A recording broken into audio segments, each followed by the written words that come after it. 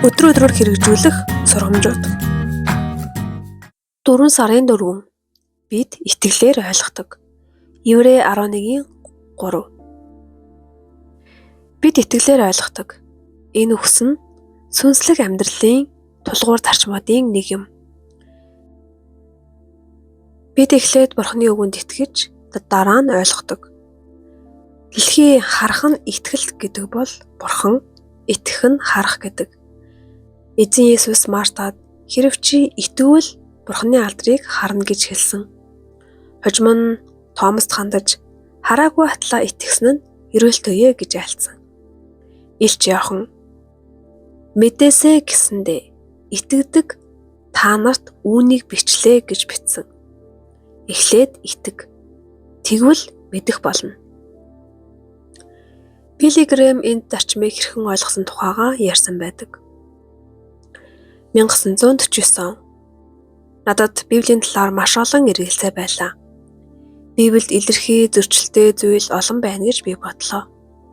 Зарим зүйлүүд нь Бурхны тухай явцсан үзэл бодолтой минь зохицохгүй байв. Номлох гэхээр өнгөрсөн үеийн агуу номлогчдын гол шинж болсон эрх мэдэл гэдэг зүйл надад дутагдаад байв. Библийн сургуулийн олон зуун оюутны нэгэн адил би оюун санаандаа тэмцэлдэж байлаа. Үр дүн нь миний ирээдүйн үйлчлэлд нөлөөлж чадах байв. Тэр жилийн 8 сард би Лос Анжелесийн ойролцоох ууланд байрлах Пресбитериан цуглааны Forest Home төвд урагдлаа.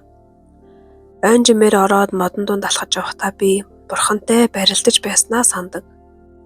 Эргэлзээнүүдтэйгээ тэмцэлдэж байхад сэтгэл минь галын шуумд байх шиг мэдрэгдэж билээ. Эцэст нь Библиэд илчлэгдсэн амьд Бурханы өмнө цөхрөнгөө барсан би өөрийн хүслээ орхин бууж өглөө. Библийг нээгээд өмнө нь өвдөг сөхөрч "Эзэн, энэ номын олон зүйл надад ойлгомжгүй байна. Гэвч та зөвхт хүн итгэлээр амьдрна" гэж хэлсэн.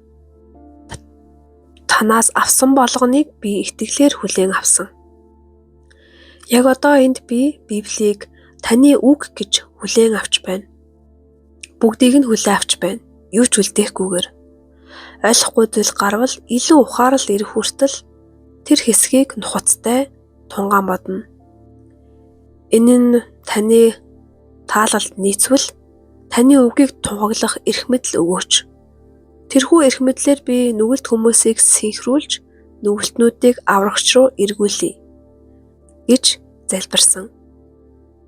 6-7 хоногийн дотор бид Лос Анжелесийн хөдөлгөөнийг эхэлсэн.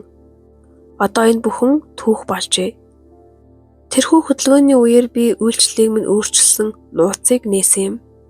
Би Библийг үнэн хэмээн батлах гэж оролдохоо болсон.